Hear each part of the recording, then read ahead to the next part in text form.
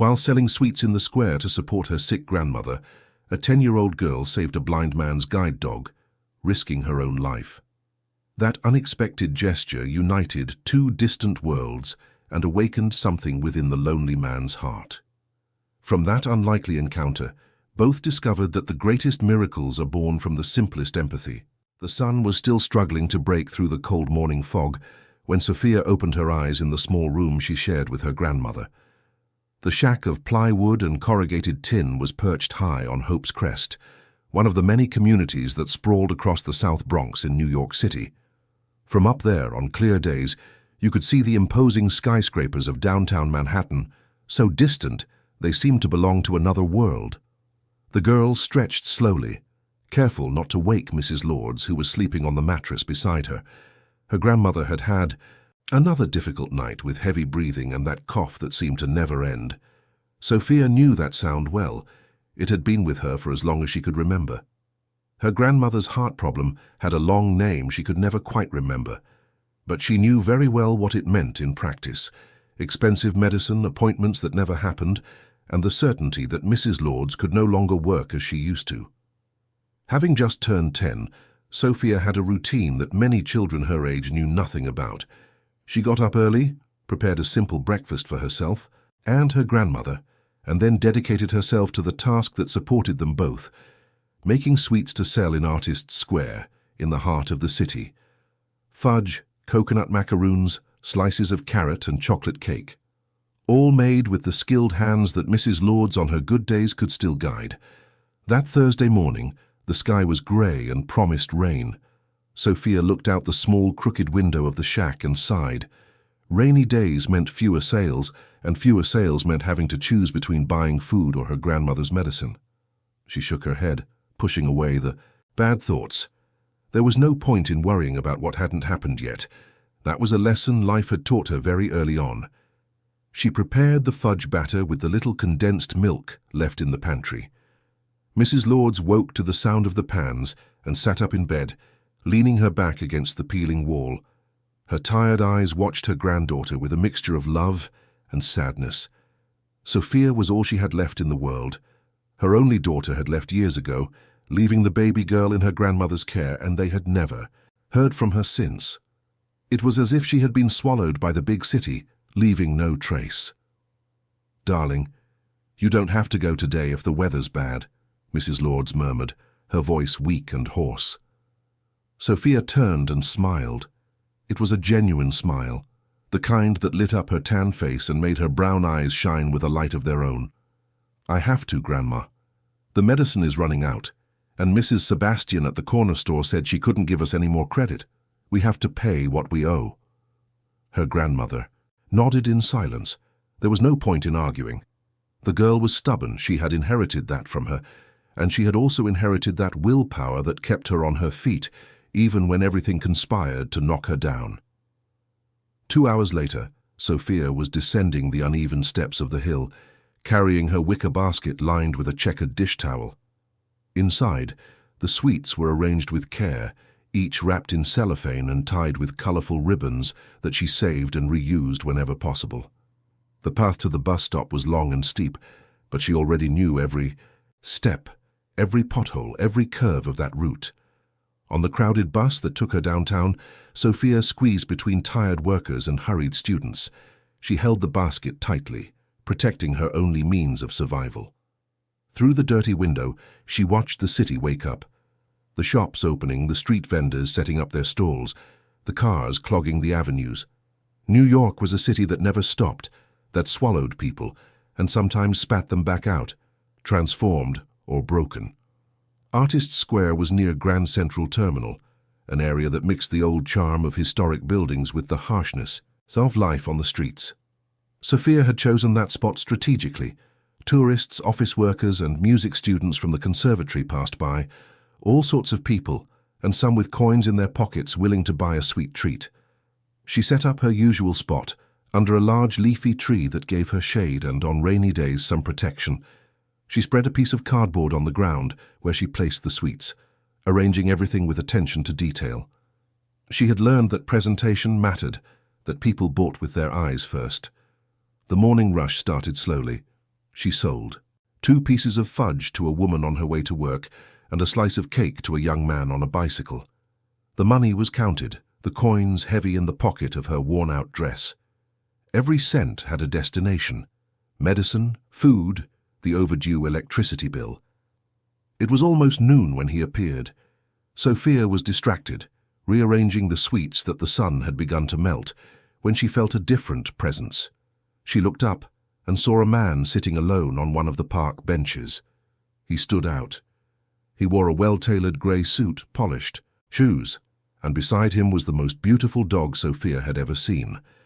A golden Labrador with a shiny coat, wearing a special vest and a sturdy leash that the man held firmly. What caught the girl's attention most was the man's expression. He was motionless, his face turned forward, but with a gaze that didn't focus on anything. His eyes, though open, seemed to see through things, not the things themselves. Sophia then realized he was blind. The dog was his guide, his companion, his eyes to the world. There was something in that man's posture that conveyed loneliness. He was surrounded by people in a bustling square, but he seemed isolated in an invisible bubble. No one approached him, no one spoke to him, and he made no effort to connect with the world around him either. He was simply there, sitting, lost in thoughts Sophia couldn't imagine. The dog, on the other hand, was alert. Its ears twitched at every sound, its nose sniffing the air with interest. Suddenly, it turned its head in Sophia's direction, towards her sweets. The sweet aroma of fudge and macaroons had reached it, and the animal showed interest, its tongue appearing. For a moment between its white teeth, Sophia smiled. She liked animals, though she had never been able to afford one. On the crest, the dogs were skinny mutts that fought over scraps of food. This Labrador was different. It was well cared for, fed, loved. She could tell by the way the man kept his hand resting on its head, an unconscious gesture of affection. The square continued at its normal pace. People hurried by. Some stopped to rest on the benches. Others gathered in small groups. Sophia turned her attention to a potential customer who was approaching when she heard the noise. It all happened very quickly. A cyclist appeared on the narrow sidewalk bordering the square, pedaling at high speed. He was coming from the opposite direction, fighting for space with pedestrians, and didn't see the guide dog in front of him. He honked loudly, a shrill sound that made several people turn in alarm. The Labrador, however well trained, was still an animal. The shock was instantaneous. In a reflex motion, it jumped to the side, and the leash slipped from the blind man's hand. Before anyone could react, the dog ran in a panic, straight into the busy street next to the square. The man shot up from the bench, extending his hands in the air, trying to locate his companion. "Max!" he shouted, his voice thick with desperation. "Max, come back here!" But the dog no longer heard anything but its own fear. It was running towards danger, and cars were speeding down that street. It was a major avenue, always congested, but when there were gaps, drivers accelerated without mercy. Sophia didn't think. She didn't calculate risks, didn't weigh consequences. She only saw a frightened animal running towards certain death and a desperate man who could do nothing to save it. She dropped her basket on the ground, the sweets scattering on the cardboard, and took off running. Her thin, fast legs carried her along the sidewalk, then over the curb, and finally into the middle of the street. She shouted the dog's name. "Max, come back, Max," as she ran after it. People in the square began to shout too, warnings and alerts that mixed into a chorus of panic. The dog was almost in the middle of the lane when Sophia reached it. Without hesitation, she threw herself onto the hot asphalt and grabbed the animal with all her might. The Labrador was heavy, much heavier than she had imagined, but Sophia didn't let go. She wrapped her arms around its neck and pulled it back. That's when she heard the sound of the engine. A black car, large and gleaming, was speeding down the lane. The driver hadn't even seen the girl and the dog. He was looking at his phone, distracted. When he finally noticed, it was almost too late. The brakes screeched. The smell of burning rubber filled the air. The car skidded, spun, and stopped just inches from Sophia and Max, so close that she felt the heat of the hood on her face. The silence that followed was absolute. Sophia was lying on the asphalt, hugging the dog, which was trembling uncontrollably. Her knees were scraped and bleeding, and she tasted blood in her mouth from having bitten her lip on impact, but she was alive, and so was the dog. The man in the grey suit had approached the street, guided by the shouts of the people. He stood on the sidewalk, his face pale, his hands shaking. "Someone tell me what happened," he pleaded, his voice broken. "Please, someone tell me." "It was a girl," a woman answered, still in shock. "A little girl saved your dog. She threw herself in front of the car." "Where is she?" the man asked, taking uncertain steps towards the street. "Where is the girl?" Sophia managed to get up, holding the dog by its leash. Her legs were shaking, but she stood firm. She walked over to the man and touched his arm. "It's okay," she said, her voice coming out calmer than she felt. "He's okay. I got him." The blind man knelt down instantly, fumbling until he found the dog. His hands ran over the animal's body, checking for injuries, and when he was sure Max was all right, he hugged him tightly. The Labrador licked its owner's face, still scared, but recognizing the safety of that embrace. Then the man turned in Sophia's direction. "You," he began, and his voice failed him. "You saved my dog." "It was nothing," Sophia replied, embarrassed. "He was just scared." "It was nothing?" the man repeated, incredulous. "You risked your life. A child risked her life for my Max. What's your name?" "Sophia." "Sophia," he repeated, as if storing the name in a special place. "My name is Daniel Evans, and I need to know who your parents are. I need to thank them for having such a brave daughter." The girl lowered her eyes. "I don't have parents. I only have my grandmother. And she's sick." Daniel was silent for a long moment. Around them, people were beginning to disperse, the moment of tension passing. The driver of the car had gotten out, pale and trembling, but seeing that everyone was okay, he got back in and drove away slowly. "You sell sweets," Daniel said. "It wasn't a question. I heard you earlier offering them to someone. Where is your basket?" "In the square. I left it there when I ran after Max." Daniel held out his hand. "Take me there, please." Sophia took his hand, surprised by the request. It was a large, calloused hand, but with the soft palm of someone who didn't do heavy labor. She guided him back to the square, the dog Max walking obediently beside them. Sophia's knees stung, and she could feel the blood trickling down her legs, staining her white socks that were no longer so white. When they reached the spot where she had set up her small business, Sophia felt her heart sink. The basket was overturned, and the sweets were scattered on the dirty ground. Some had been trampled, others had fallen into the gutter. The whole morning's work, all the hours of preparation, all lost in a matter of seconds. She crouched down and began to gather what was still salvageable, her eyes stinging but determined not to cry. She couldn't waste anything. Each sweet represented cents that were sorely needed. "What happened?" Daniel asked, sensing her movement. "The sweets fell when I ran. It's all on the ground." "How much did you lose? In money, how much is all this worth?" Sophia did the math in her head. "About $20 maybe." She had spent 15 on ingredients, hoping to sell for 35, making a profit of 20. Now she'd be lucky to save half. Daniel took his wallet from the inner pocket of his jacket. His skilled hands found the bills by their size and texture. He separated a few and held them out to Sophia. "Here, this will cover the loss and then some." The girl looked at the money and her eyes widened. There were 3 $50 bills, more money than she saw in a whole month of sales. "I can't accept this," she said automatically. "It's too much." "Yes, you can," Daniel insisted, still holding the bills out to her. "You saved my best friend. You saved my only companion in this world. If I could, I would give you much more."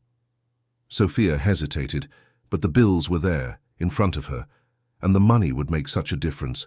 Her grandmother's medicine, food for the rest of the week, maybe even some meat which they hadn't eaten in a long time. With trembling hands, she took the money. "Thank you so much," she whispered. "No," Daniel said, his voice firm. "Thank you. And now, tell me something. Have you had lunch today?" Sophia shook her head, forgetting for a moment that he couldn't see. No, she replied aloud. Then you'll have lunch with me. I won't take no for an answer. You saved me from losing the only thing that matters to me in this life, and the least I can do is offer you a decent meal. Besides, your knees need to be taken care of. You're hurt. The girl looked at her scraped knees. It's nothing serious, she tried to argue. It doesn't matter. You're coming with me. There's a restaurant nearby, a few blocks away. You can lead me there. And so, completely unexpectedly, Sophia found herself walking through the streets of downtown Manhattan alongside a well-dressed blind man and his guide dog. People looked at them curiously, this girl in a worn-out dress and injured knees, guiding a gentleman in a suit. But Sophia didn't care about the stares. She was fascinated by Max, who walked with such discipline, and by Daniel, who, even without sight, moved through the world with a confidence she admired. The restaurant was elegant, with white tablecloths and waiters in uniform. Sophia had never been in a place like this. She stood at the door, suddenly very aware of her appearance, her bleeding knees, her old dress. But Daniel simply walked in, Max at his side, and a waitress came to them immediately. "Mr. Evans, good to see you again," she said, smiling. "Your usual table?" "Thank you, Carla. But today there are two of us. This young lady is my special guest, and please bring a first aid kit. She's injured." They were led to a quiet, private table in the corner. Daniel sat down with the ease of someone who knew the place well, and indicated the chair opposite him for Sophia. The girl sat on the edge of her chair, her hands in her lap, not quite sure what to do. The waitress brought the first aid kit and knelt beside Sophia. Carefully, she cleaned the wounds on the girl's knees, applied an antiseptic that stung, but Sophia didn't complain, and put on bandages. "There," she said, smiling. "Now you're good as new." "Thank you," Sophia murmured.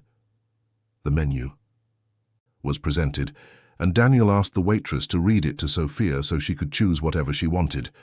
The girl was lost among so many options, so many names of dishes she had never heard of. In the end, she ordered the daily special, a chicken fillet with rice and vegetables. Daniel ordered the same. While they waited for the food, they talked. Daniel asked questions, his voice gentle but interested. He wanted to know about Sophia's life, about her grandmother, about why such a young girl was selling sweets on the street instead of being in school. Sophia answered honestly, told him about Mrs. Lords's illness, about how she needed to help, about how she had dropped out of school the previous year because she couldn't study and work at the same time. Daniel listened in silence, and even without being able to see his face, Sophia could tell that every word touched him in some way. There was a sadness in him, a melancholy that went beyond his blindness. It was as if he carried an invisible weight, a burden no one else could see. "And you?" Sophia asked, gathering her courage. "Have you always been blind?" "No," Daniel replied, and for the first time a sad smile appeared on his face. "I lost my sight 3 years ago, in an accident. Since then my life has changed completely. Max was given to me 2 years ago, and since then he's been everything to me. My eyes, my companion, my friend. That's why when he ran off today I thought I had lost everything all over again." "I'm so sorry," Sophia said, and there was genuine sincerity in her voice. "Don't be. It was life teaching me that nothing is permanent. But you, brave girl, you taught me something today.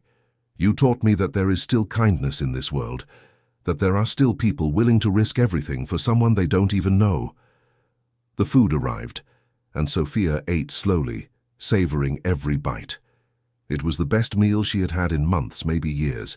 The chicken was tender, seasoned just right, and the vegetables tasted real, not limp and tasteless like the ones she could buy at the market on sale days. When they finished, Daniel called the waitress and asked to pack a meal to go. "For Sophia's grandmother," he explained. "And also bring me your card. I'd like to leave my phone number for her." Sophia accepted the card, a white rectangle with raised letters that she couldn't read because they were too small. Daniel took her hand and placed the card between her fingers. "If you or your grandmother need anything at all, call me. I promise I'll help." The girl carefully put the card in the pocket of her dress, along with the money he had given her. "Thank you," she said, "for the food, for the money, for everything." "Thank you," Daniel replied, "for reminding me that it's worth believing in people. They said goodbye at the restaurant door. Daniel and Max went in one direction, and Sophia in another, carrying the takeout meal for her grandmother. As she walked back to the bus stop, she looked back once and saw the man and the dog disappearing down the sidewalk, two solitary figures amidst the crowd of the big city. She didn't know it yet, but that encounter in the square had changed everything. For her, for Mrs. Lords, and especially for Daniel.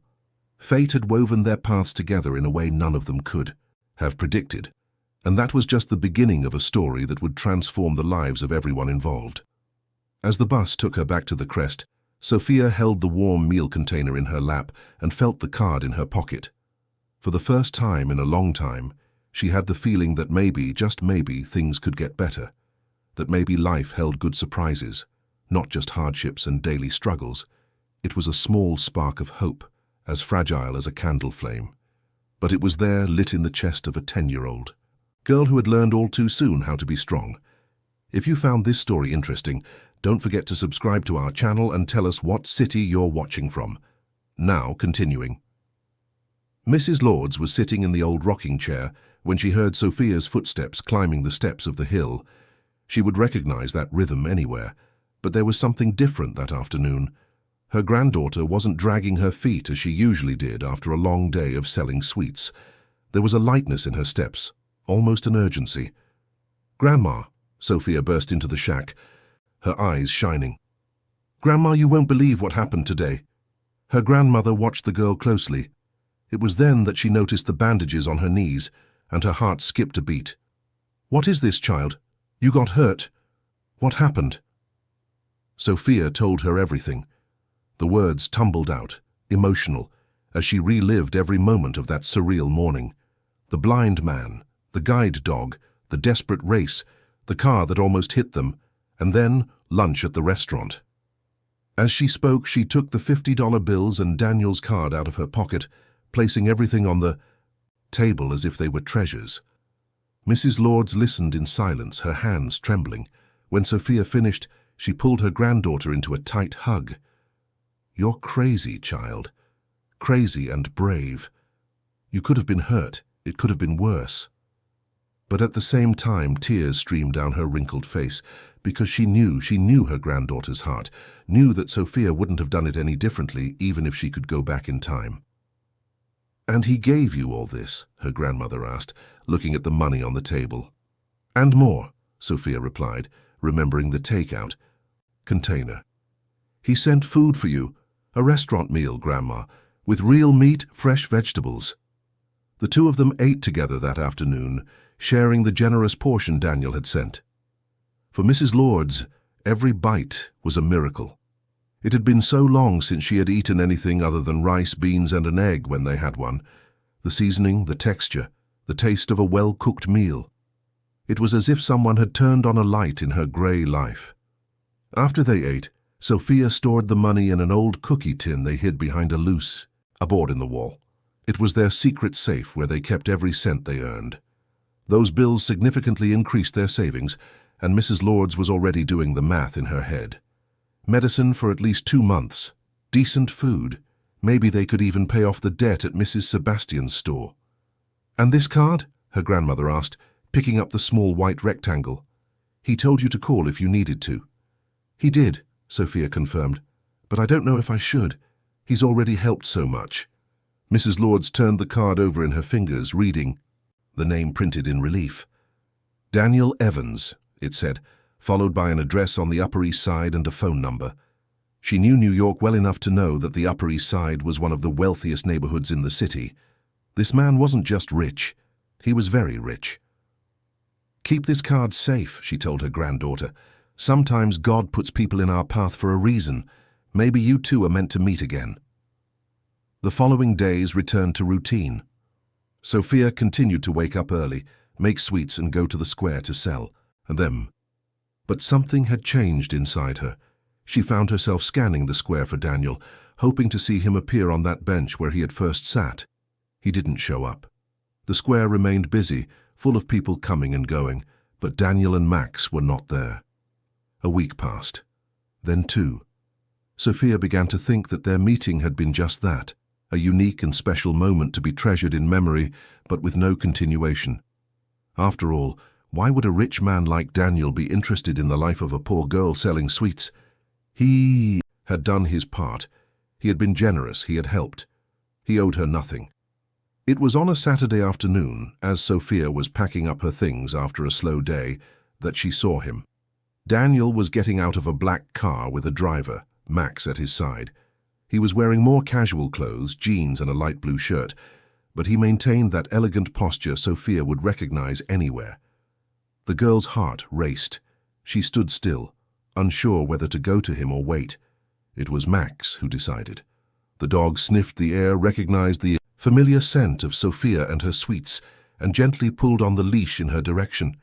Daniel noticed the change in the animal's behavior and smiled. "It's her, isn't it, Max? It's our savior." Sophia finally found the courage to approach. "Good afternoon, Mr. Evans." He turned towards her voice, his smile widening. "Sophia, I was hoping to find you here. I've been coming to the square every day for the past week, always at the same time, but you were never here." "I come in the morning," Sophia explained. "I stay until mid-afternoon and then go home. But today, I stayed later because sales were slow." "I see," Daniel nodded. "Then I'll have to adjust my schedule. Sophia, I'd like to talk to you and your grandmother. There are a few things I need to discuss. Do you think you could give me your address? I could send my driver to pick you up tomorrow, just for a chat, nothing formal." Sophia hesitated. The idea of Daniel seeing where she lived, the precarious shack on the hill, the peeling walls, the dirt floor, embarrassed her. But he was being so kind, so sincere that she didn't have the heart to refuse. "Okay," she agreed, "but it's far on Hope's Crest. Your car will only be able to go up so far." "No problem," Daniel said. "Give the address to Walter, my driver. He'll figure it out." On Sunday morning, at 10 o'clock sharp, a black car stopped at the street at the foot of the hill. Walter, a gentleman with greying hair and a friendly face, got out and asked for Sophia. A half-dozen curious children gathered around the gleaming vehicle, touching the bodywork with admiration. Cars like that didn't show up there often. Sophia and Mrs. Lords carefully descended the steps. Her grandmother had put on her best dress, a navy blue one she only wore on special occasions, and had tied her hair in a bun. Even weak and sick, she maintained her dignity. Sophia had also tidied herself up, washing her face several times and combing her long hair until it was smooth and shiny. The trip to the Upper East Side was a surreal experience for both of them. Mrs. Lords held her granddaughter's hand tightly, watching out the window as the landscape gradually changed. The buildings became lower and more well-kept, the streets more tree-lined, the cars newer. It was another world, so distant from their reality that it seemed unreal. Daniel's house was even more impressive than they had imagined. An elegant townhouse with a garden in front and a wrought-iron gate. Walter opened the gate with a remote control and parked in the covered garage. A maid in uniform greeted them at the door, smiling and polite. "Mr. Daniel is waiting for you in the living room," she said. "Please, follow me." The living room was spacious, with a high ceiling and large windows that let in natural light. The furniture was dark, well-crafted wood, the sofa soft leather. On the wall were paintings that Mrs. Lords knew were valuable, even without understanding art. There was a grand piano in one corner and floor-to-ceiling bookshelves filled with books. Daniel was sitting in an armchair, Max lying at his feet. When he heard their footsteps, he stood up immediately. "Welcome," he said. "Please, sit down. Make yourselves at home." Sophia and Mrs. Lords sat together on the sofa, their hands still intertwined. The maid brought fresh orange juice and a plate of homemade cookies. Everything was kind, welcoming, but they still felt out of place in an environment so different from their own. "Mrs. Lords," Daniel began, turning in the direction where he knew she was. "Your granddaughter told me about you, about your health condition, and I would like to help." The grandmother raised her head, surprised. "Help how, sir?" "I know the best doctors in New York. I have contacts, resources. I would like to pay for a full course of treatment for you. Consultations, exams, medication, whatever is necessary, at no cost to you." Mrs. Lords was speechless. Tears began to stream down her face, silent and plentiful. "Sir," she finally managed to say, her voice choked with emotion, "why would you do this for us? We are nothing. We have nothing to offer." "You gave me something far more valuable than money," Daniel replied, and there was genuine emotion in his voice. "Your granddaughter gave me back my best friend, my companion, the only thing that still makes me feel connected to the world. She risked her own life without a second thought. That is priceless. And more than that," he continued, "you reminded me that selfless kindness still exists in this world. You gave me hope." Sophia squeezed, her grandmother's hand also crying now. "But you don't have to do this," she said. "You've already helped us so much." "I want to do this," Daniel insisted. "And it's not just for you, Mrs. Lords. It's for Sophia, too. A child her age shouldn't be selling sweets on the street. She should be in school, studying, playing, being a child. With you treated and recovered, Sophia could go back to her studies. I could pay for a good school for her." "No, no, it's too much," Mrs. Lords protested, even as her heart burst with gratitude. "We can't accept all this. It would be taking advantage of your kindness." "It would not," Daniel said firmly. "It would be allowing me to repay an act of courage and love. Please, let me do this. Let me help." The silence that followed was heavy. Mrs. Lords looked at her granddaughter, at this girl who had grown up too fast, who had lost her childhood to care for her. And then she looked at Daniel, at this man who, even without sight, seemed to see further than many. There was sincerity in him, a genuine desire to do good. "All right," she finally agreed. "We accept. And may God bless you for this generosity, Mr. Evans." The events that followed were a whirlwind. On Monday, a car picked up Mrs. Lords and took her to Mount Sinai Hospital, one of the best in the city.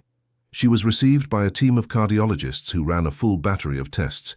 When the results came back, the diagnosis was clear. She needed surgery, but it was operable. There was hope.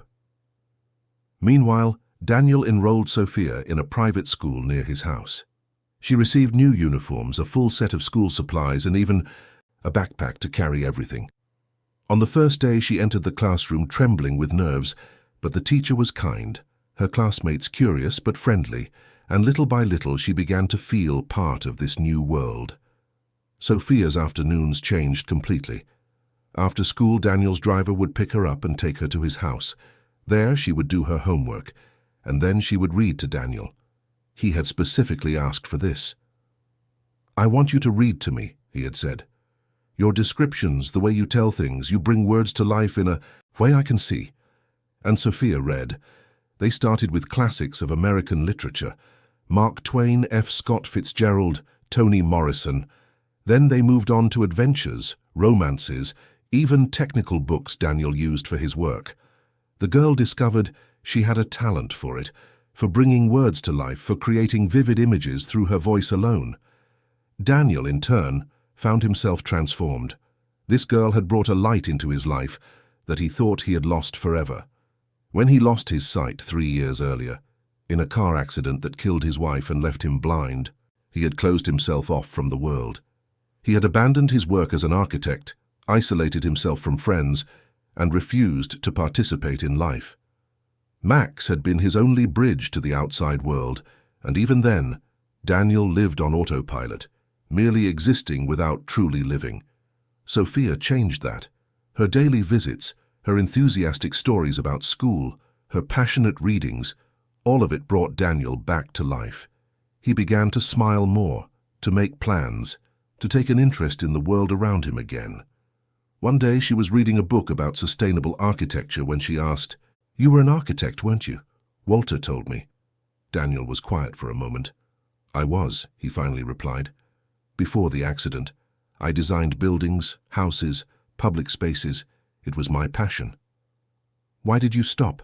Sophia asked with the frankness of a child. "Because I thought I couldn't do it anymore. How can a blind man draw buildings, imagine spaces? I thought I had lost my profession along with my sight."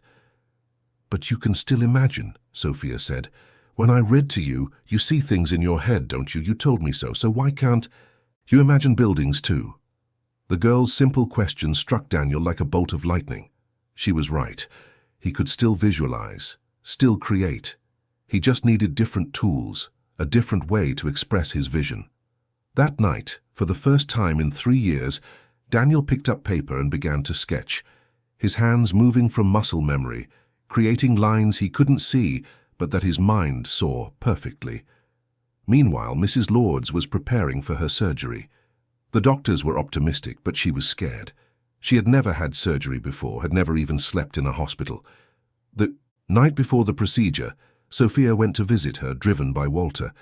Daniel accompanied them. They stayed in the hospital room, which looked more like a hotel room. It was so comfortable.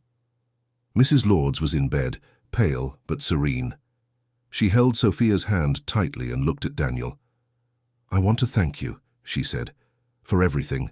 If anything happens tomorrow, I want you to know that I died grateful." "Nothing is going to happen," Daniel said with conviction. "You're going to be fine, you'll recover, and you'll watch Sophia grow up, graduate, build a life. That's a promise." The surgery took place the next morning and lasted 6 hours. Sophia waited in the waiting room, Daniel by her side. He didn't have to be there. He could have just sent the driver for news, but he wanted to be present. He held the girl's hand, feeling it tremble, and offered words of comfort. When the doctor finally appeared, smiling, with the news that the surgery had been a success, Sophia collapsed into tears. Daniel hugged her, and for the first time since losing his wife, he allowed himself to cry too. They were tears of relief, of joy, of gratitude for being alive and able to make a difference in someone's life. The months that followed were ones of recovery and transformation. Mrs. Lords improved every day, gaining strength, her color returning to her face. Sophia thrived in school, her grades excellent, her teachers impressed with her dedication, and Daniel, little by little, was becoming himself again. He began to accept small architecture projects, consulting jobs he could do from home, with the help of special software and, of course, Sophia's detailed descriptions. One afternoon in the garden of Daniel's house, while Sophia was reading him a book of poetry, she stopped in the middle of a stanza and said, "There's a butterfly here, Mr. Evans. It's beautiful, all yellow with black spots. It's landed on that red flower." "Describe it to me," Daniel asked, his face turned in the direction she indicated. Sophia thought for a moment, then began, "Its wings are delicate, like tissue paper. They tremble a little in the wind, but it's holding on tight to the flower. It's yellow, but not just any yellow. It's a deep yellow, like the midday sun. And it has these black spots that look like they were painted by hand, each one different. It's drinking the nectar from the flower. Its tongue is as thin as a thread. Now it's opened its wings all the way. It's so perfect, so free." Daniel listened in silence, visualizing every detail. "Do you know what butterflies teach me, Sophia? They spend so much time as caterpillars, trapped, limited. Then they close themselves in a cocoon, and it seems like the end. But it's just a transformation. When they emerge, they are completely different. They can fly, they can go wherever they want. It's a metamorphosis." "Like you," Sophia said, simply. Daniel smiled, surprised. "How so?" "You were like a caterpillar after the accident, trapped, limited, but now you're transforming. You're starting to draw again, to work, to smile. You're becoming a butterfly." The metaphor touched Daniel deeply. This girl, with her simple and direct wisdom, had managed to express in a few words what he had been feeling but couldn't name. He was being reborn. The darkness that had consumed him for 3 years was finally giving way to light. And all because of an impulsive, courageous act by a girl in a park. "And you, Sophia," he said, "you are transforming too. You are no longer just the girl who sold sweets. You are a brilliant student, a passionate reader, a person with a huge future ahead of you." Sophia was quiet, absorbing his words. For the first time in her life, she allowed herself to dream of a future that went beyond surviving day by day, to dream of possibilities, of a different, better life, and all because she had decided, on that fateful day in the square, to run after a frightened dog without thinking of the consequences. Fate had plans for them all, plans that were still unfolding. But there, in that garden, with the afternoon sun illuminating everything and a yellow butterfly flying free, Sophia and Daniel knew that something very special was happening. They were building a family, not of blood, but of choice, of affection, of mutual gratitude. And that was stronger than any traditional bond. 6 months had passed since that day in the square, and the lives of Sophia and Mrs. Lords had transformed in ways they never imagined possible. Her grandmother was fully recovered, with renewed energy and stable health. Sophia was at the top of her class at school, her natural intelligence finally getting a chance to flourish. And Daniel was almost a different person. But not everything was perfect. As time went on, complications began to arise that no one had foreseen. The first came from where they least expected it. Claudia Evans, Daniel's younger sister, showed up at his house one Saturday afternoon unannounced. She had been living in Paris for years, working as an art curator, and rarely returned to the States. But when she heard through friends that her brother was changing, that a girl was frequenting his house every day, she decided to investigate personally. Sophia was in the living room reading a book on interior design to Daniel when the doorbell rang. The maid opened the door, and an elegant woman walked in, carrying designer luggage and wearing sunglasses that cost more than Mrs. Lords earned in a year. "Daniel," she called, taking off her sunglasses and looking around. "I came as soon as I could. We need to talk." Daniel rose from his armchair, surprised. "Claudia, you didn't tell me you were coming." "On purpose," she replied, and then her eyes fell on Sophia. "And who is this?" "This is Sophia," Daniel said, pride in his voice. "Sophia, this is my sister, Claudia." Sophia stood up and politely extended her hand, the way she had learned in school. "A pleasure to meet you, Ma'am." Claudia shook the girl's hand briefly, but her face remained cold. "Daniel, can we speak in private?" Sophia took the hint. "I'll be going, Mr. Evans. We can continue the reading tomorrow." "No," Daniel said firmly. "You stay, Sophia. Whatever my sister has to say can be said in front of you." Claudia sighed, taking off her coat and tossing it on the sofa. "Fine, if that's how you want it. Daniel, have you lost your mind? People are talking. A poor girl coming here every day, you paying for everything for her family. It looks—" She paused, searching for the words. "It looks inappropriate." "Inappropriate?" Daniel repeated, his voice dangerously calm. "Helping a child who saved my dog's life is inappropriate." "You don't understand," Claudia insisted. "People misinterpret things. They say you're being manipulated, that this girl and her family are taking advantage of you, that they see you as a walking ATM." Sophia felt her cheeks burn. She wanted to run out of there, go back to the crest, forget this conversation was happening. But Daniel reached his hand out towards her, and she took it, feeling the reassuring grip. "Claudia," Daniel said, still very calm but firm, "you weren't here for the last 3 years. You didn't see me after the accident, shut in this house, giving up on life. You don't know what it's like to wake up every day wishing you hadn't. Sophia changed that. She and Mrs. Lords gave me a purpose again. They reminded me that there is still kindness in the world, and if people want to talk, let them talk. I know the truth." His sister looked from her brother to Sophia and back again. There was something in her face, an expression Sophia couldn't quite decipher. Concern, yes, but also something more. Maybe jealousy. Maybe fear of losing her brother to this new family he was building. "I just don't want to see you get hurt again," Claudia said finally, her voice softer. "You've been through so much, Daniel. Losing Marina, losing your sight. I just want to protect you." "I don't need protection," Daniel replied. "I need life. And these people," he squeezed Sophia's hand, "gave me exactly that." Claudia stayed at the house for a week, and the tension was palpable. She watched Sophia with critical eyes, looking for flaws, trying to find evidence that the girl was taking advantage of her brother. But Sophia remained exactly who she had always been. She studied diligently, read to Daniel with passion, played with Max in the garden, helped the maid set the table. There was no falseness in her, only genuine gratitude and true affection. Slowly, Claudia began to soften. One afternoon, she found Sophia in the library choosing a book for the day's reading. The girl was on her tiptoes, trying to reach a volume on a high shelf. "Let me help you," Claudia offered, taking the book and handing it to her. "Thank you," Sophia murmured, still wary. They stood in silence for a moment. Then Claudia asked, "You really care about my brother, don't you? It's not an act."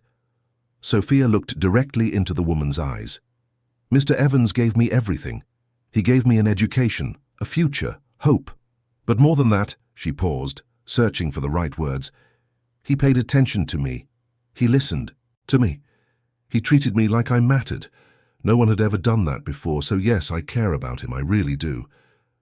Claudia nodded slowly. "He cares about you too. A lot. I haven't seen him smile like this since before the accident. Since before Marina was gone." She sighed. "I'm sorry if I was harsh. It's just, he's all I have. Our family has always been just the two of us." "I understand," Sophia said. "And look, you don't have to be afraid. I don't want to take anyone's place. I just want—" She hesitated. "I just want to be a part of his life, if he'll let me." "I think he already has," Claudia said, and for the first time she offered a small smile. But the problems didn't end with Claudia's departure back to Paris. At Sophia's school, comments began. The other students from wealthy families knew she was on a scholarship, that she came from a humble background. Some were kind, others not so much. "She's only here because the rich blind guy pays for everything," a girl named Brenda whispered loud enough for Sophia to hear. "My mom says it's a disgrace, a slum girl in the middle of decent people." Sophia pretended not to hear, but the words stung like thorns. She knew she was different from the other students, knew she didn't have the same designer clothes, the same expensive gadgets, the same international trips to talk about. But she had proven her worth with her grades, with her dedication. Why wasn't that enough? The situation worsened when Brenda and her friends started a campaign of isolation. No one sat next to Sophia in the cafeteria. No one chose her for group projects. She was left out of conversations, ignored during playtime. It was a different kind of loneliness from the one she knew on the crest, where at least everyone was in the same boat. Here, she was the outsider, the intruder. Sophia held on for weeks, not telling Daniel or Mrs. Lords anything. She didn't want to worry them, didn't want to seem weak. But one afternoon, after a particularly difficult day, where Brenda had torn up her notebook in front of everyone, she arrived at Daniel's house and burst into tears. Daniel listened to everything, his face growing progressively more serious. When she finished, he was visibly disturbed. "I'm going to that school tomorrow," he said. "I'm going to speak with the principal." "No," Sophia pleaded. "Please, don't do that. It will make everything worse. They'll say I need a grown-up to fight my battles. I can handle this myself." "You shouldn't have to handle this," Daniel said, frustration clear in his voice. "This is bullying, Sophia. It's wrong, and you have every right to study there without being mistreated." But Sophia was adamant. She had her pride, and she didn't want to be seen as a victim who needed defending. She promised Daniel that if the situation worsened, she would tell him. But for now, she wanted to try to solve it on her own. The solution came in an unexpected way. The school was organizing a science fair, and each student had to present a project. Sophia decided to do something special, something that would show her true ability. She spent weeks researching, planning, building. Daniel helped her, suggesting ideas, offering resources, but letting her lead the project. The topic Sophia chose was assistive technology for the visually impaired. She created a prototype of a device that used ultrasonic sensors to detect obstacles and vibrated at different intensities to alert the user. It was simple but functional, and it carried a personal story that she was eager to share. On the day of the fair, Sophia set up her booth with care. There was a banner explaining the project, the working prototype, and various research papers on the difficulties faced by blind people. When the judges came by, she explained everything with passion, telling them about Daniel, about how he navigated the world, about the difficulties, and also the triumphs. Brenda and her friends walked past the booth making sarcastic comments. "Look, the slum girl trying to show off," Brenda said loudly, "as if this is going to impress anyone." But then Daniel appeared. Sophia hadn't been expecting him, but there he was, guided by Max and accompanied by the school principal, whom he had contacted discreetly. He had asked to visit the fair to see Sophia's project for himself. When Daniel stopped at Sophia's booth, she turned red with a mixture of embarrassment and pride. "Mr. Evans," she said, surprised, "you came." "Of course I came," he replied, smiling. "I wouldn't miss this for anything. Now explain this brilliant project you've created." Sophia explained, her hands demonstrating each part of the device, her voice gaining confidence with every word. Daniel asked intelligent questions, suggested improvements, and then, in front of everyone present, including Brenda and her friends, he said in a loud voice, "I am so proud of you, Sophia. You are one of the most intelligent and courageous people I know, and this project," he touched the prototype gently, "could really make a difference in the lives of many people like me." The silence around them was absolute. Everyone had stopped to listen. The principal was smiling, the other teachers nodded in approval, and Brenda was red with embarrassment. Sophia won first place in the science fair, but more important than the trophy was the respect she finally earned. Her classmates began to see her differently, not as the poor girl receiving charity, but as someone with talent, determination, and an inspiring story. But while things were improving for Sophia at school, Daniel was facing his own demons. One night, after Sophia had gone home, he sat in the garden alone, Max by his side, and allowed himself to remember Marina, his wife, his love, his life partner. She had died in the same accident that had left him blind. They were returning from a trip to celebrate their wedding anniversary when a truck lost control on the highway. The impact was brutal. Marina was gone instantly. Without pain, the doctors had said. Daniel survived, but he lost his sight and gained a guilt he carried to this day. Guilt because he had been driving. Guilt because maybe he could have avoided it if he had reacted faster, if he had taken another route. Guilt for being alive when she was not. For 3 years he lived with this crushing guilt.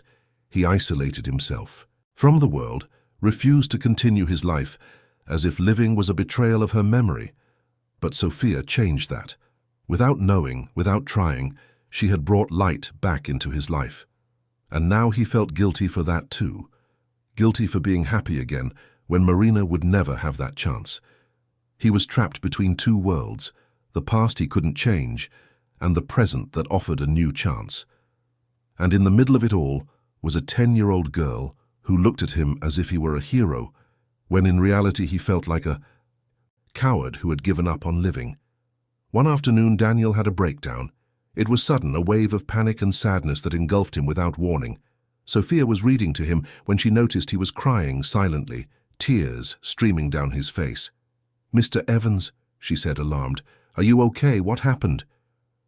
"I don't deserve this," he said, his voice broken. "I don't deserve your kindness, your company. I don't deserve to be happy when Marina is, when she's no longer here." Sophia was silent for a moment, processing. Then, with the wisdom only children who have grown up too soon possess, she said, "My mother left me when I was a baby. I don't remember her, but Grandma told me she was good, that she loved me. But life was too hard for her, and she had to leave. For a long time I was angry with her. I thought she had abandoned me. But Grandma told me something I never forgot.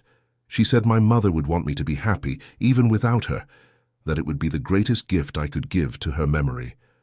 Sophia paused. "I think your wife would want you to be happy too. I don't think she would want you to stop living because of her." Daniel sobbed, pulling Sophia into a hug.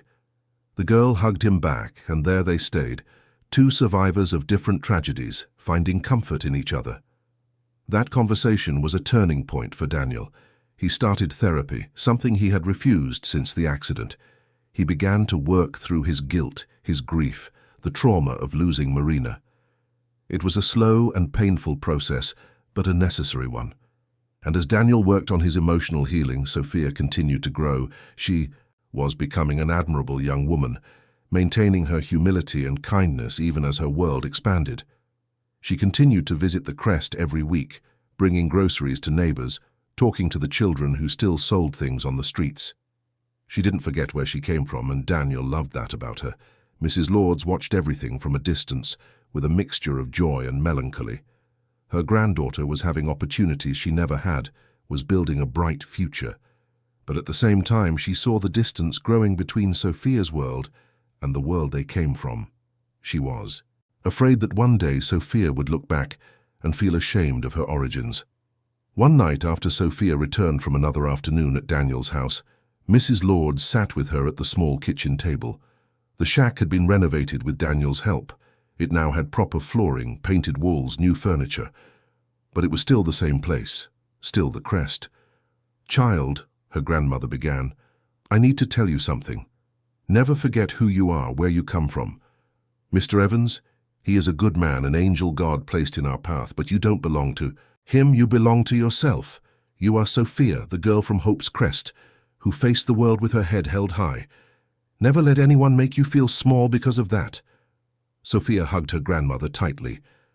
"I'll never forget, Grandma. Never.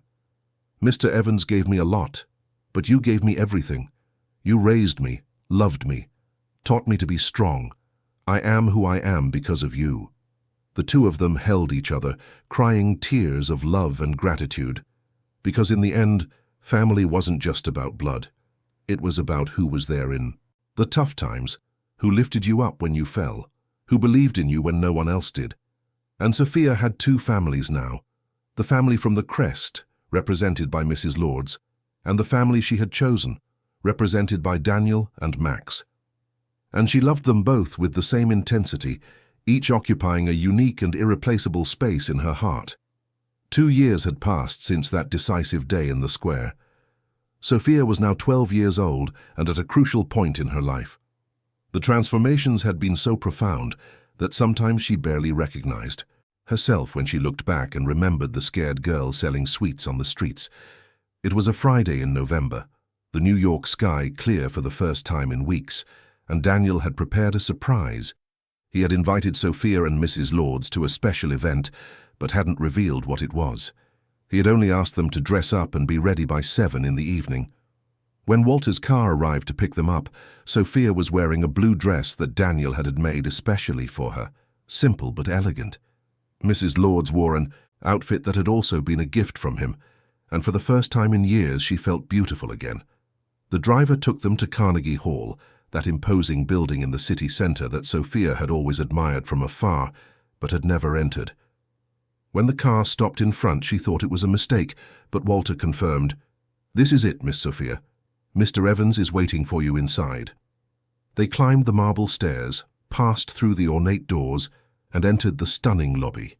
Everything was golden, luxurious, majestic. Sophia held her grandmother's hand tightly, her eyes wide, trying to absorb every detail. Daniel was waiting for them near the entrance to the auditorium, Max sitting obediently by his side. He was wearing an impeccable dark suit and smiling in a way Sophia hadn't seen in a long time. There was an excitement about him, a special energy. "You came," he said when he sensed their presence. "Excellent, excellent. Come, we have reserved seats."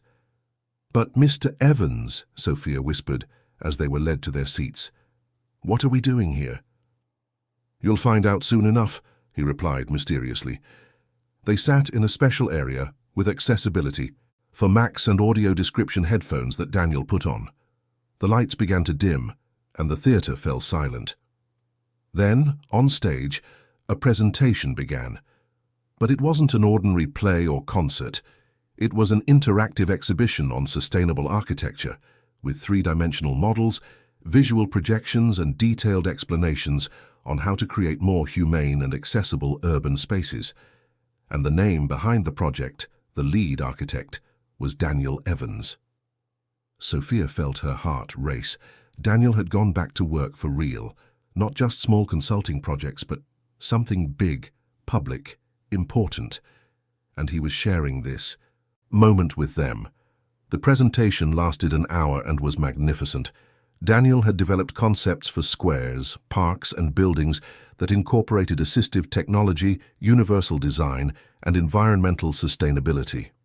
Each project was explained in detail, with videos showing how it would work in practice. It was visionary, it was beautiful, it was hope materialized in concrete and steel. When it was over, the audience erupted in applause. Daniel was called to the stage, and with Max at his side, he walked up with the confidence of someone who had finally made peace with his past and embraced his future. He gave a short speech, thanking the team that had helped him turn his visions into reality. And then he said something that made Sophia start to cry. "But I want to especially thank two people who are not on stage with me, but who should be. Sophia and Mrs. Lords, you were the inspiration for all of this.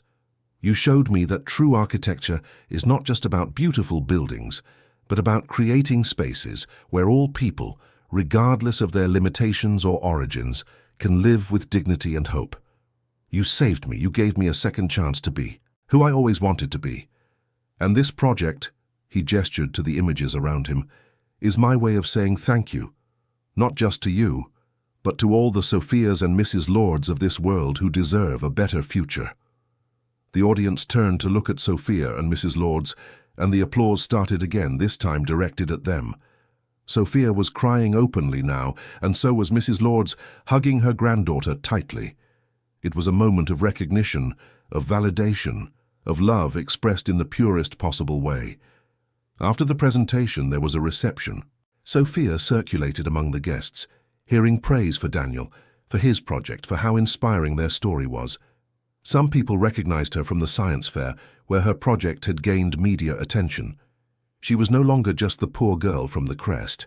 She was Sophia, a brilliant student, the protégée of a renowned architect, a story of overcoming in progress.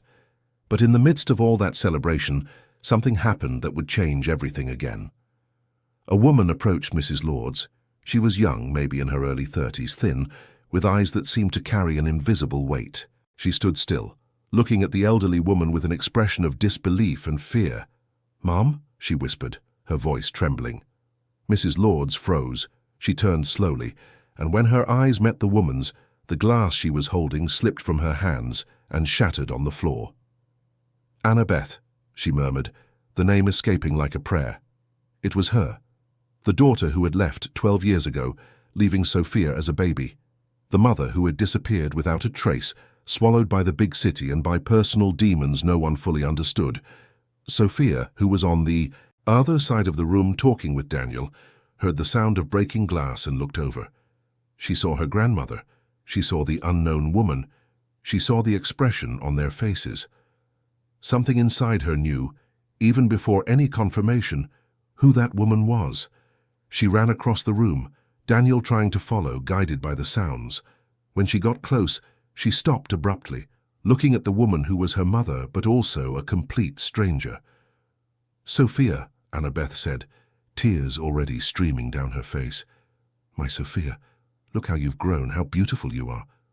"Who are you?" Sophia asked, even though she already knew the answer. Her voice came out hard, defensive. "I'm your mother," Annabeth replied, taking a step forward. "I know I have no right to be here, no right to speak to you after everything, but I saw the news report about Mr. Evans and his project, and I saw you two in the photo. She swallowed hard. "I couldn't stay away." Mrs. Lords had her hand on her chest, her breathing rapid. Sophia rushed to support her grandmother, helping her sit in a nearby chair. Daniel arrived at that moment, Max guiding him, and immediately sensed the tension in the air. "What's happening?" he asked, concerned. "It's my mother," Sophia said, her voice breaking. "The one who left, the one who abandoned me." Annabeth took another step forward, her hands outstretched in a pleading gesture. "I didn't abandon you. I was sick, Sophia. Sick in a way I couldn't understand at the time. I had just had you and everything became dark, too heavy. I couldn't take care of you properly. I couldn't even take care of myself. Your grandmother tried to help me, but I was so lost. So I left, thinking it would be better for you, that you deserved a better mother." "Postpartum depression," Mrs. Lords said softly. "She had postpartum depression, but we didn't know. We thought it was laziness, weakness. I was too hard on her. And then she left." Annabeth shook her head, wiping away tears. "I was on the streets for a while. I got into bad places, did things I'm ashamed of. But eventually, I got help. I started treatment. I began to work. I went to therapy, took medication, and slowly rebuilt myself. But time passed, and the more time passed, the harder it was to come back. How could I just show up in your life after years? How could I explain? So why are you here now? Sophia asked, anger mixed with pain in her voice. Why now, after everything? Because I saw that you're okay, Annabeth replied. I saw that you have opportunities, that you're growing up in a loving environment, and I thought, maybe, just maybe, I could be a part of it, even if it's just from a distance. Even if you never forgive me, I just needed you to know that I've always loved you, that not a day went by that I didn't think of you, didn't wonder if you were okay, if you were happy, if you hated me. Sophia was trembling. It was too many emotions, memories of a mother she never had, anger at being left, confusion about what to feel. She looked at Mrs. Lords, seeking guidance. Her grandmother took her hand and then looked at her daughter. Annabeth, she said, her voice tired but firm, you caused a lot of pain. For me, for your daughter. But I understand you now in a way I didn't before. Mental illness is an illness, and you were sick. She paused. If you really want to be a part of Sophia's life, you'll have to prove you deserve it. You'll have to be patient. You'll have to understand that trust is built over time. Annabeth nodded vigorously. I will, I swear I will. I don't want to disrupt anything. I don't want to take Sophia from you. I just want, if she'll let me, to get to know my daughter, to be present, even if it's just a little. Sophia looked at Daniel, who was standing there. Listening to everything, Max pressed against his leg. Mr. Evans, she asked, what do I do? Daniel came closer and placed a hand on Sophia's shoulder. This is your decision, Sophia. No one can make it for you. But I'll tell you what I've learned. Everyone deserves a second chance. I got mine when you saved Max. Your mother is asking for hers. It's up to you to decide if you'll give it. Sophia was silent for a long moment. She looked at the mother she didn't know, at the eyes that were so much like her own, at the expression of hope mixed with fear. She looked at her grandmother, who had been everything to her, who had sacrificed so much. She looked at Daniel, who had become an unexpected father figure in her life. And then she made a decision. I don't know if I'll be able to call you Mom, she said to Annabeth. I don't know if I'll ever be able to fully trust you, but, she took a deep breath, I can try to get to know you, slowly, no promises. And if you disappear again, if you disappoint me, there won't be another chance. This is the only one you get. Annabeth sobbed, covering her face with her hands. Thank you, she whispered. Thank you, thank you. I promise I won't disappoint you. I swear. The months that followed were a time of adjustment and discovery. Anna began to visit Sophia regularly, always with Mrs. Lords present at first. They talked, walked, and began to build something that might eventually resemble a mother-daughter relationship. It wasn't easy. There were setbacks and difficult moments, but there was progress. Daniel watched from a distance, supporting Sophia when she needed it, but respecting the space. She needed to process this new family dynamic. He remained a constant presence in her life, a mentor, a friend, almost a father.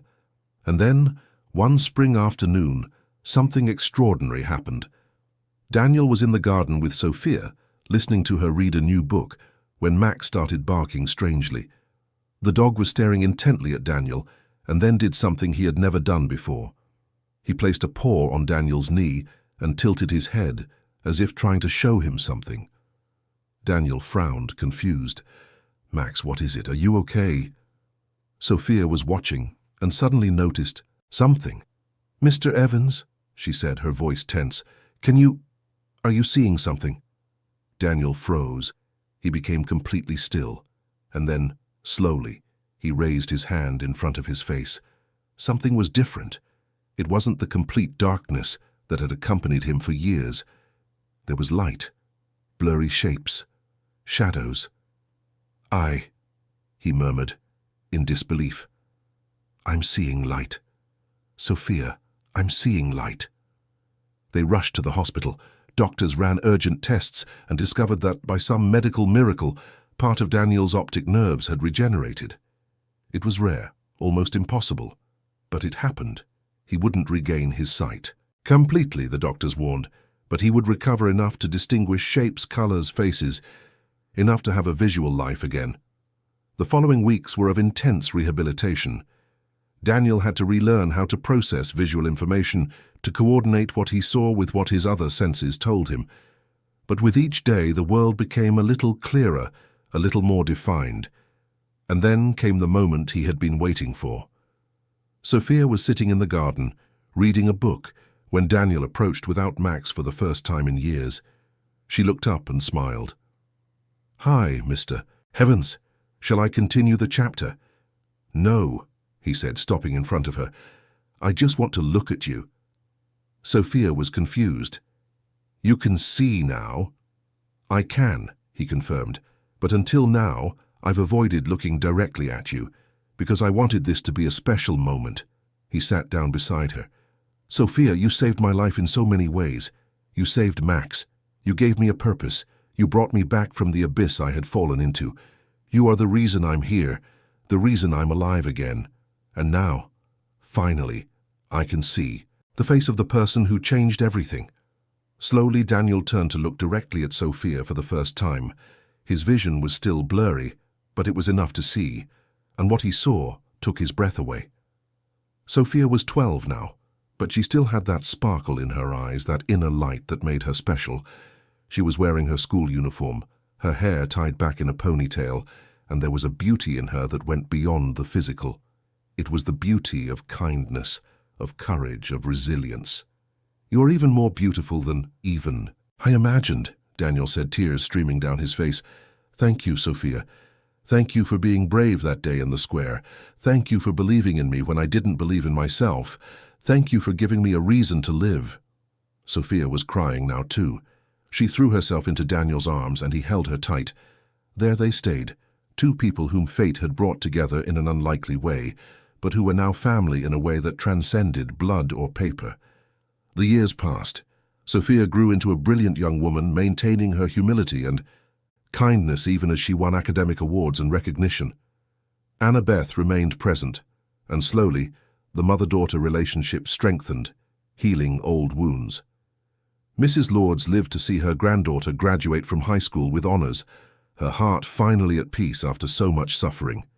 Daniel regained much of his sight and returned to working actively as an architect, now focused on social impact projects. His innovative designs won international awards, but he always said that his greatest project, his greatest achievement, was helping Sophia reach her potential. And Max, the guide dog who had inadvertently brought them all together, continued to be a beloved member of the family, treated like the hero he truly was. At Sophia's high school graduation, Daniel gave a speech as a special guest. He spoke about transformation, about second chances, about how the most difficult moments in life can lead to the most beautiful ones.